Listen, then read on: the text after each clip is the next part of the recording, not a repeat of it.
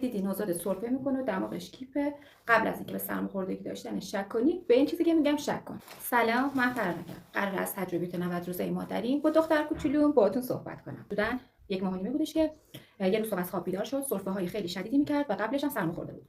و سرفه‌ای بودش که آدم میشنید کلی استرس میگرفتش که با این حتما سرماخوردگی حتما بستریش میکنن. رفتارهای نوزادم همیشه زیر نظر دارم. یادم افتاد که شب قبلش اسید معده‌اش به گلوش برگشتش و یه حالت خفگی طور پیدا کردش و بعدش من برگردوندم تا نفسش برگرده و فردا صبحش به سرفه افتادش که این سرفه‌اش خیلی شدید بود و من به دکتر مراجعه کردم و همه علائمشو گفتم چون خودم به رفلکس داشتن شک داشتم. این علائم خیلی زیادن، حتما اینجوری نیستش که نوزاد شما باید بالا بیاره تا شما متوجه بشید که رفلکس داره. یکی توی رفلکس من متوجه شدم که بودن مداوم دماغش بود. اینجوری بود که شبا نمیتونست اصلا از دماغ نفس بکشه، مجبور بود با دهان باز بخوابه که تا صبح دهن و گلوش کاملا خوش میشد. نوزاد خسخس سینه داره، در کنارش دماغش مدام کیپ، از دهن نفس میکشه، قیافش طوری میکنه که انگار اسید معده‌اش اومده تو گلوش و علاوه بر اون شیر خوردنش تغییر کرده. یعنی حدود 10 میلی 30 میلی شیر میخوره، بعدش امتناع میکنه از شیر خوردن و بیشتر با سرشیشه یا سینه مادر بازی میشه. دل درد و بیقراریه که موقع شیر خوردن پاشو جمع میکنه و عقب میده. بعد از شیر خوردن حتما آروغشو خوب بگیرید، به یک بار آروغ اکتفا نکنید، 2 3 بار حداقل آروغ بزنه. نکته دومی که هستش، بعد از شیر خوردن بلافاصله بچه رو نخوابونید، حتما مدت 20 دقیقه بچه رو ثابت نگه دارید که این شیری که خورده سنگینی کنه و بره پایین.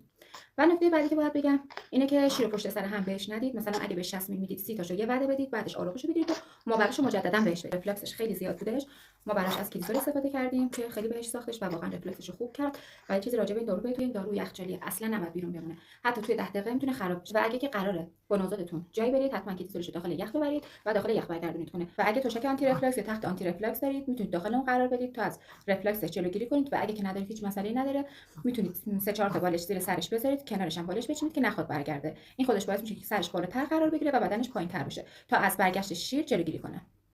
راستی اگه محتویات پیج به کارت میاد، حتما فالو کن و پست‌های قبل و بعد رو نگاه کن.